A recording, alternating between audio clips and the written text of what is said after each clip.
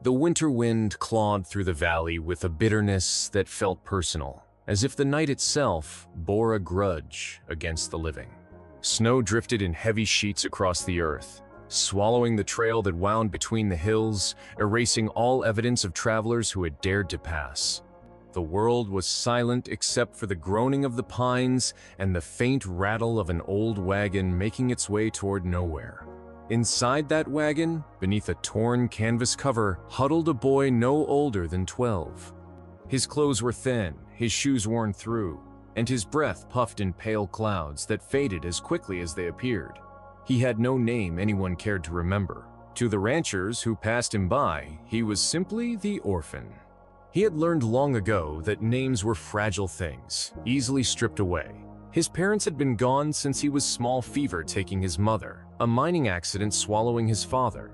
For years, the boy drifted like a shadow between camps and towns, surviving on scraps, sleeping beneath porches, learning to disappear when the wrong kind of men grew curious. No one claimed him, and so he belonged to no one. But hunger and cold have a way of breaking down pride. And on this particular night, he knew he could not make it through until morning alone. At the edge of the valley, firelight flickered against the snow, a heartbeat of warmth in the vast white silence. The boy crept closer, his bare hands shaking, the tips of his fingers numb and nearly blackened. A circle of riders sat around the blaze, native warriors, their ponies tethered nearby, their shadows tall and sharp against the snow. They were Comanche, the kind of men townsfolk warned their children about, whispering stories of raids and vengeance. But to the boy, shivering and close to collapse, they were not monsters. They were warmth. They were survival. He lingered at the edge of the firelight, his body swaying, until one of the warriors spotted him. A bowstring creaked, an arrow drawn, the tip glinting fire red. The boy lifted his hands slowly, though he barely had the strength to keep them raised. The warriors murmured among themselves, their words sharp and swift. One of them, taller than the rest, stepped forward. His hair was braided with bone beads, his eyes like flint catching sparks. He studied the boy as one might study a half-dead animal, uncertain whether to offer mercy or a swift end. The boy's voice cracked when he finally found the strength to speak. "Please," he whispered, "just the fire, just a little warmth." The tall warrior's expression did not soften, but after a long moment, he lowered his hand and signaled the others. The arrow was eased back into its quiver. The boy stumbled forward, collapsing near the flames. He stretched his trembling hands toward the heat, wincing as the blood returned to his fingers in painful stabs. For a time, no one spoke. The warriors watched him with unreadable eyes, their language a river he could not wade into. He was an outsider, a ghost intruding on their circle. When the boy finally drifted sideways and slumped against the frozen ground, one of the younger warriors, no older than 16, tossed something across the fire. It landed on the boy's chest with a heavy thud, a blanket. Woven wool, rough but thick, smelling of smoke and horse. He clutched it instinctively, dragging it around his shoulders, burying his face in the coarse fabric. It was more kindness than he had known in months, perhaps years. By dawn, the storm had eased. The boy awoke, still wrapped in the blanket, though the warrior who had given it to him was gone, riding with the others across the white hills. Only hoofprints marked their passing. The boy sat there for a long while, staring at the horizon, where they had disappeared. Something shifted in his chest, something he couldn't name. Not hope, not yet, but the fragile beginnings of belonging. That same day, as the sun reached its highest point, the boy stumbled into the settlement that clung to the river bend. The town was small, built of weathered wood and stubborn pride. Smoke curled from chimneys, and children's laughter drifted faintly from the schoolhouse. To anyone else, it was a place of safety. To the boy, it was another place where doors might slam in his face. The sheriff's office stood near the center, its porch swept clean of snow. The boy collapsed on its steps, still clutching the blanket. Hours passed before anyone noticed him. When the sheriff finally emerged, pipe clenched between his teeth, he frowned down at the sight of a ragged child half buried in frost. "Good Lord, boy," he muttered, crouching beside him. "You look half dead." The boy stirred, his lips cracked and bleeding. He held the blanket tighter as though it were the only proof that he had not frozen into nothing. The sheriff pried gently at the wool, curious about its origin. His brow furrowed when he recognized the weaving pattern Comanche. He glanced sharply at the boy. "Where'd you get this?" The orphan's eyes fluttered open. His voice rasped, nearly swallowed by the wind. "They gave it to me in the storm." The sheriff's pipe fell from his mouth, scattering ash across the snow. He knew the Comanche did not give lightly, and they certainly did not give to strangers. Word spread quickly through the settlement. The orphan who had no name, no family, no home, had been spared in the blizzard and gifted a blanket by warriors who owed him nothing.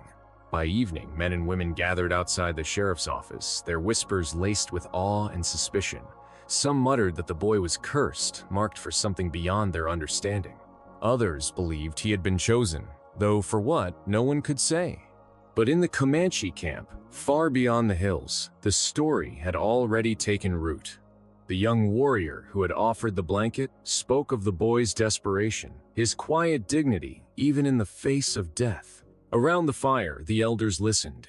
They nodded, murmuring of signs and omens, of how sometimes the smallest acts revealed the greatest spirits. By the time night fell again, the boy had been carried still weak, still silent into the heart of the town's only church.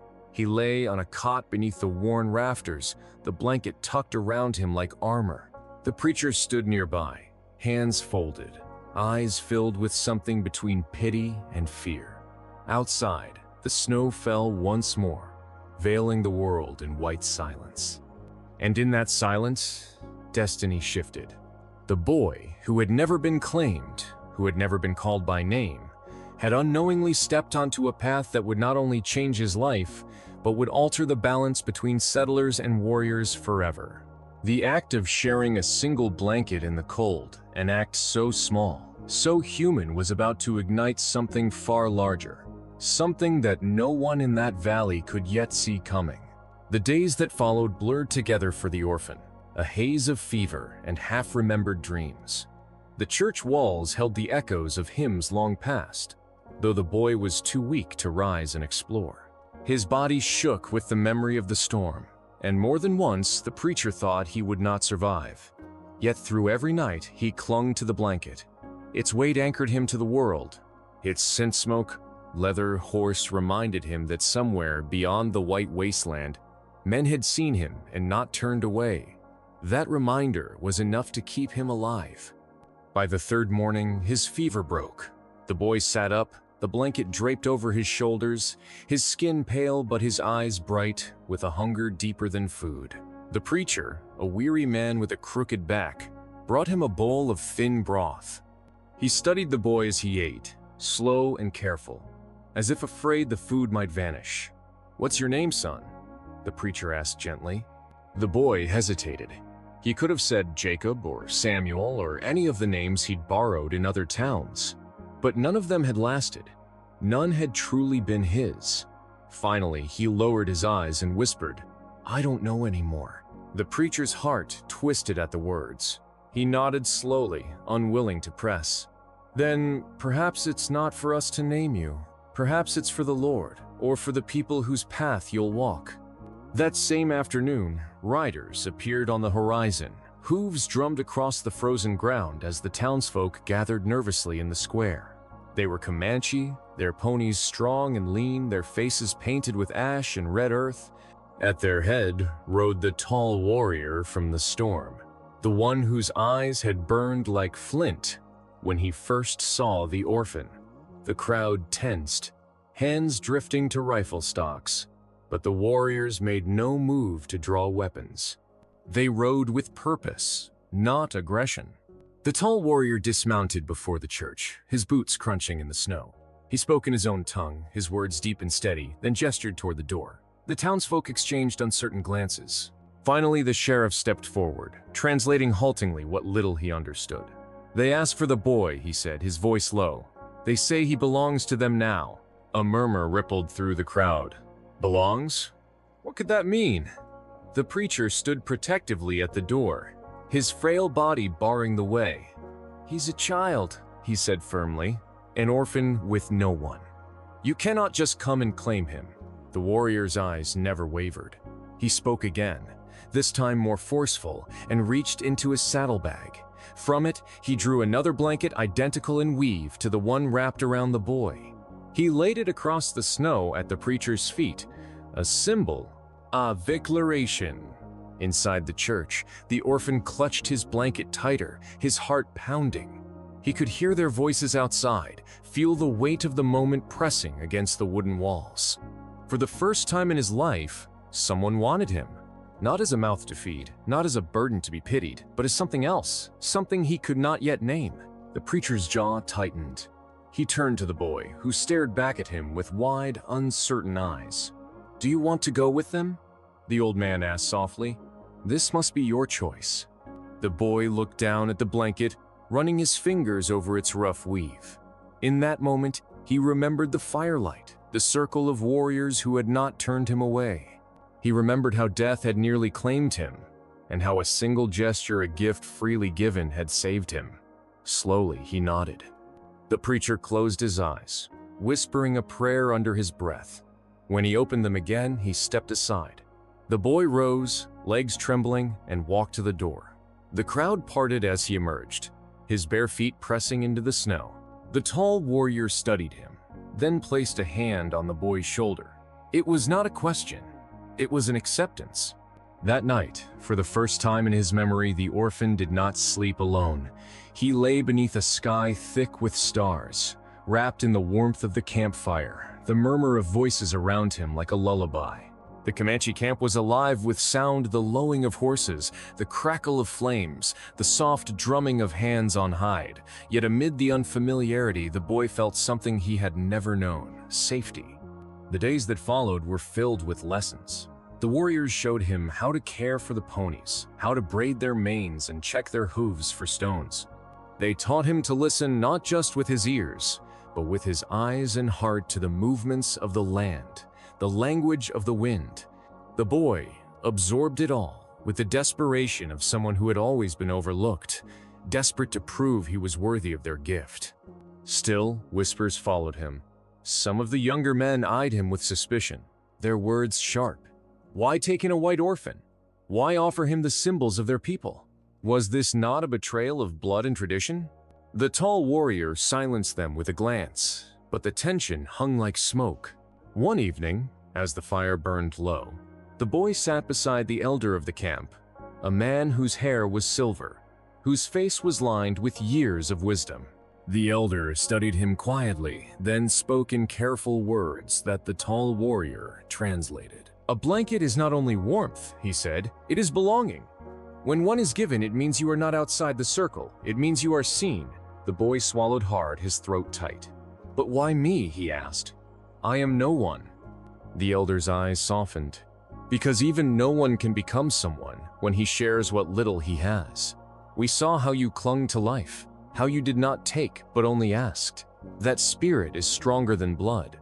The boy lowered his gaze, unsure how to respond. The elder leaned closer, his voice dropping. "The blanket you hold is not just yours. It is ours now. And in time, you will see what that means." As the weeks stretched into months, the boy's body grew stronger. His cheeks filled out, his eyes shone brighter. The cold no longer cut him to the bone, for he was no longer alone against it. Yet with each passing day, he felt the weight of unspoken expectation. He was not merely surviving, he was being shaped, watched, measured. Something was coming, though he could not yet see it clearly. One night, under a sky fractured with moonlight, the tall warrior led him to the edge of the camp. From there, they looked down into the valley, where the town's lanterns glimmered faintly in the distance. The warrior's voice was low, almost mournful. "They will not understand," he said. "To them, you are still no one, but here, among us, you are more. And soon, the others will know it." The boy gripped his blanket tighter, the same blanket that had carried him through the storm. He stared at the valley lights, unsure whether they called him back or warned him away. For the first time, he felt torn between two worlds, one that had cast him aside, and one that had drawn him in with unexpected grace.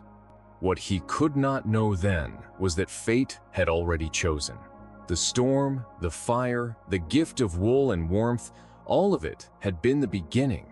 The next turn would come soon, sudden and irreversible, and the boy who had once been nameless would find himself standing at the center of something far larger than he could imagine. Spring came slow to the valley, the snow receding like a wounded animal, leaving behind earth that breathed again. For the orphan, it marked his first true season of belonging. He had learned to ride, to fish the river with his bare hands, to listen for the hoot of the owl that signaled danger. He laughed now, strange, fragile laughter that startled him when it escaped his throat. The boy who had once huddled in shadows was becoming something new, something alive. But change always draws eyes. One evening, a rider from the town arrived, bearing a message that carried unease like a hidden knife. The sheriff had called for the boy. He did not say why, only that it was urgent. The Comanche camp stiffened at the news. Some argued it was a trick, that the townsfolk meant to reclaim what they believed had been stolen. Others urged caution, but the elder only nodded, his expression unreadable. "Let him go," he said. "What belongs to him cannot be taken by fear."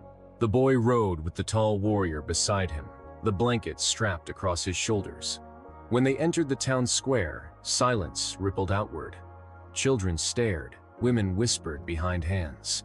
Men narrowed their eyes, suspicious of this thin orphan who now sat a pony like he had been born to it.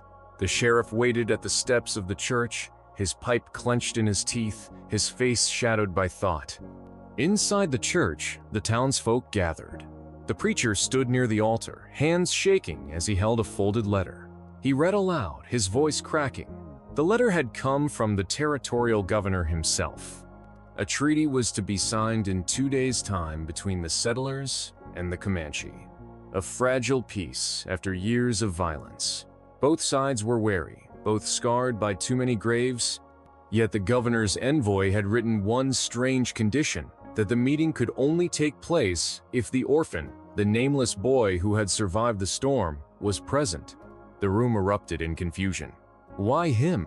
He was nothing. He was no chief, no soldier, no priest. The preacher tried to calm them, but the fear was louder than his words.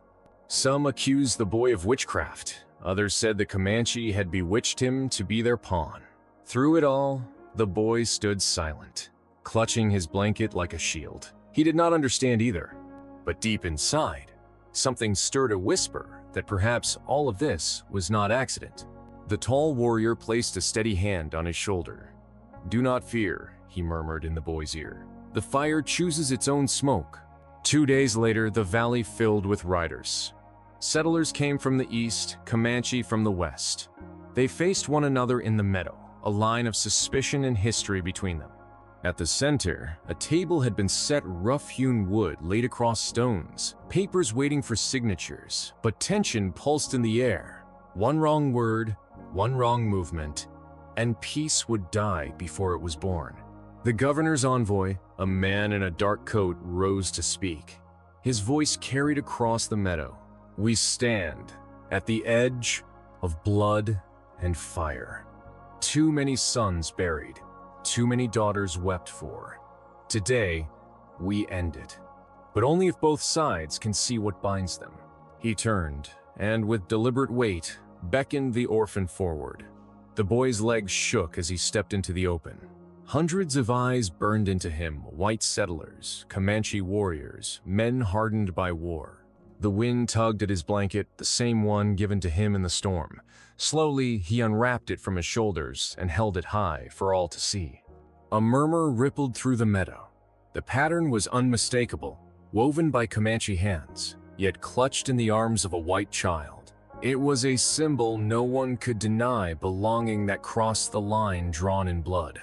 The envoy's voice rang again. This boy was left to die, nameless and forgotten. Yet it was not his kin who saved him. It was the people you call enemy. They gave him warmth, they gave him life. Tell me then, what is he now? Whose son is he? Whose brother? The meadow fell silent.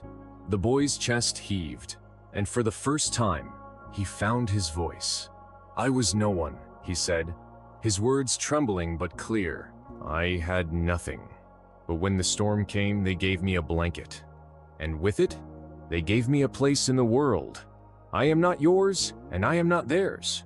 I am both. And if you kill each other, then you kill me too." For a long, breathless moment, nothing moved. Then the elder Comanche stepped forward, his silver hair gleaming in the sun. He spoke in his tongue, and though the settlers did not understand, the weight of his voice silenced all. He placed his hand on the boy's head, then raised it to the sky. The tall warrior translated with reverence. "He is ours, he is yours. He is the child of the fire and the storm. From this day he walks as kin to both. From this day he is chief not by blood but by spirit."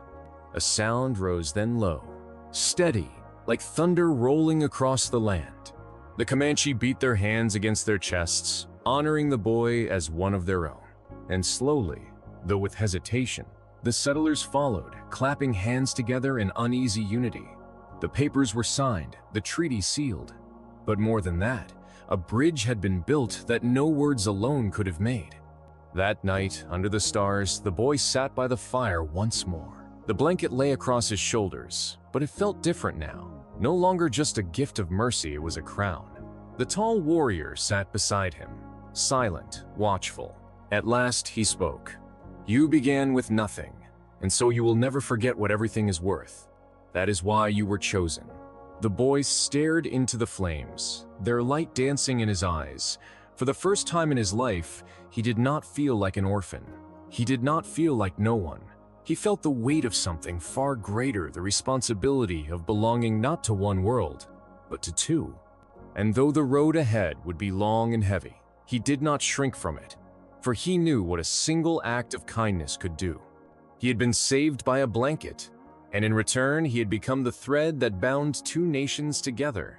This is more than just a story of a storm, a blanket, and a boy with no name. It is a reminder that sometimes the smallest kindness carries the greatest power. That mercy given freely can outlast bloodlines, borders, and fear. We live in a world still divided, where strangers pass one another without a glance, where suspicion often speaks louder than compassion. But if a nameless orphan could carry warmth across the fire lines of hatred, then so can we. Remember this: your hand, your voice, your gift, no matter how small, may be the one that saves someone from the storm. Choose kindness, choose courage. Because you never know, you might be carrying the blanket that changes everything.